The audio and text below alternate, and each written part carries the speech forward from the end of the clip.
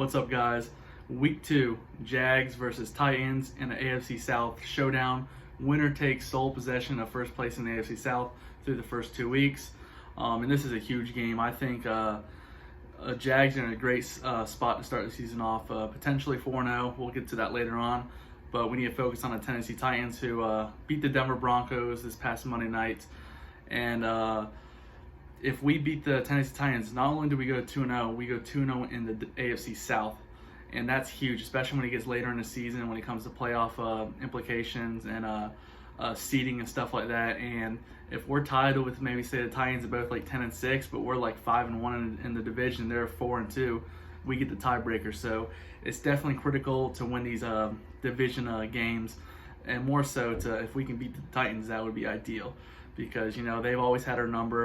Gardner Minshew did beat the Titans last year, week 3 on Thursday Night Football. But other than that, we've always struggled against the Titans for the past few years. We haven't won a national since 2013. That was with the Gus Bradley era. Chad Henning was starting, still had MJD. So, yeah, it's been a while since we won in Nashville. But I feel pretty good about this matchup. Not saying we're going to win or anything like that, like I said, because we have struggled against the Tennessee Titans, and more so struggled stopping Derrick Henry. He's known for having big games, like 150-yard games, 200-yard rushing games. So definitely a big challenge, but I definitely like our chances, though, and I'm excited for Sunday. A few things, though, about the Titans, though. A.J. Brown is out, and that's going to be a huge loss for them, in my opinion, because he is their best receiver, and he's also one of the better receivers in the league. Last year as a rookie, he had over 1,000 yards, so he was very good last year. I think he was getting better as well. He's going to become maybe like 11 and 1,200 receiver this year, potentially 1,300. But yeah, he was definitely their number one target, and for them losing him for this game is definitely huge. So that means Corey Davis did play good Monday night, so we definitely have to look out for him, and I expect C.J. Henderson to be on him hopefully most of the time. They also have their backup running back Evans, the rookie. He is out, I believe so.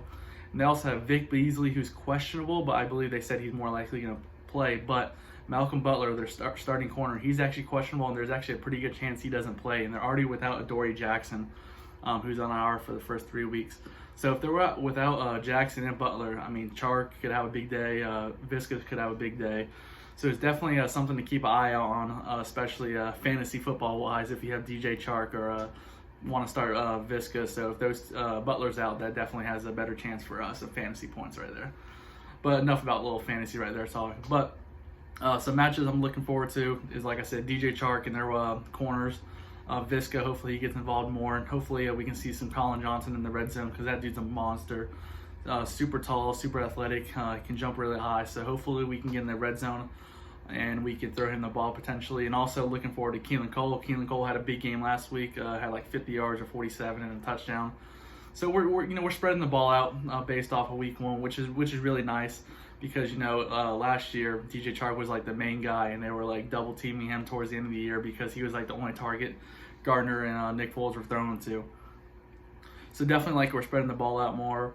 And also the offensive line, I think hopefully can do a little bit better protecting Gardner. Even though they did win, I think it was like 75% of their blocks off of grade. So that was pretty good when it comes to passing. So hopefully that can improve, and Gardner can give Gardner more time, because he had 4 sacks last Sunday against the Colts. But I think 1 or 2 of them were on Gardner for holding the ball on too long, or also not taking his first read and just kind of panicking a little bit. But he'll grow from that and learn. Also excited to watch James Robinson for week 2. Last week is his first game starting in the NFL, undrafted rookie, and he had 90-something total yards. So he definitely did good for his first NFL game. So I expect him to improve and hopefully get better. But the Titans have a great defensive line, in my opinion. But they also, they have some good linebackers too. They have Evans, like I said, Vic Beasley, who is questionable, but probably will play.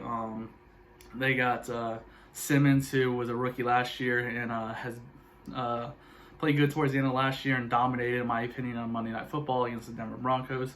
And they also have Jadeveon Clowney. So they have a very good pass rushing group there. So we definitely have to protect Gardner, and also hopefully we can establish that run, and we just don't get blown up behind the line.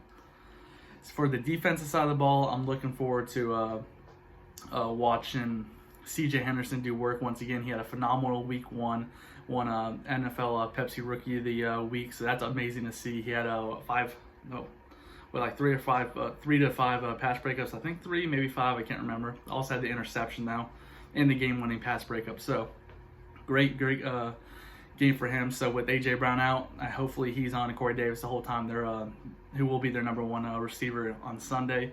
But someone that we need to watch out for in the defense is Adam Humphries, the former Buccaneer who signed with them last year. He's a slot receiver, and he's pretty good, especially in the red zone coming across the middle. So we definitely need to look out for him because I know Ryan Tannehill does like throwing to him a decent amount. Also, Josh Jones, hopefully he continues to improve and does better because he did really good last week, and I want him to continue growing and becoming a great, strong safety. And he had 12 tackles last week, I believe. And just listening to talk in like press conferences and stuff like that, I mean, he's so humble and just I'm so grateful for the opportunity. So hopefully he can continue to grow and become better each and every week.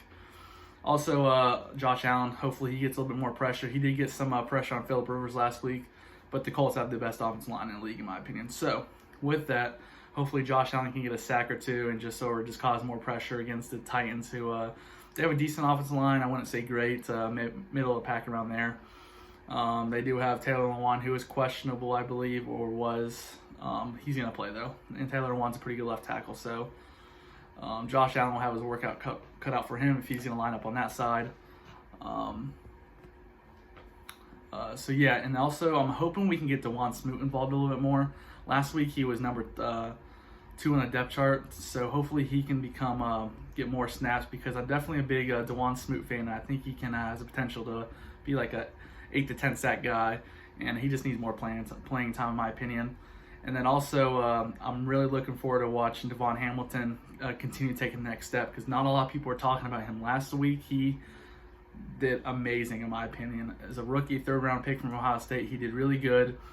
And hopefully he can penetrate the run and stop Derrick Henry a little bit and just, kind of get in his face where everyone else can come up and make the plays. Another person I want to continue seeing get better is Miles Jack, or continue to make plays is Miles Jack. Miles Jack had a great game last week, one of the best games I've seen out of him since the 2017 playoff run. And he's finally back in his natural position, not playing middle linebacker. So he played really good last week. He only had really one bad play, which was where he missed that tackle. But, that happens. That's going to happen time from time. That's just how it is in the NFL. But I think he's going to be a true presence in trying to stop Derrick Henry and slowing down the run attack. I'm not saying slow down Derrick Henry to 50 yards because that's probably not going to happen. But if you can hold him down to what happened on Monday night with 100, 110 yards and no touchdowns, that's a win in my opinion because he's arguably one of the best running backs, top 3 in the league. He led the league in rushing last year. He had a bunch of touchdowns, and he can also not only can run the ball, he can pass block pretty good, and also he can catch the ball very well and take it to the house. So we just need to watch out a little bit for everything, especially the screen game. Because last week, Phillip Rivers and the Colts tore us up in the screen game. I mean, they had so many yards in the screen department. So we definitely need to slow that down. Just, if we can cut that in half, that would be ideal. But, yeah, I'm excited for week 2. Big game. If we can go 2-0, then we got the Dolphins on Thursday night, then the Bengals after that. So there's a chance if we win this week, we can start 4-0. Not talking bad about the Dolphins or Bengals or anything like that, but you never know in the NFL. But I'm hopefully to get my recap of the game either right after the day before, day after. So either Sunday night or Monday night, I'll have it up. I want to do a Colts and Jags. I already did a recap, but I kind of want to do go back and watch the coaches film on NFL Game Pass. And my Game Pass wasn't working. I started working last night for the coaches film around 11 o'clock last night. I was I'm not going to worry about it and do a video and talk more, get more into detail about the game this past Sunday. But I'll hopefully can do that next week and go back and watch some coaches film and give you guys more of what I've seen in the game rather than just watching it, from the TV. Hopefully, because you get a different camera angle and also you can kind of see the plays develop. Unlike how you see on TV, you only see so much a little bit, and especially of how fast-paced the game is. But yeah, hopefully we go 2-0, and if we do, great. If not, this is always next week. Go Jags.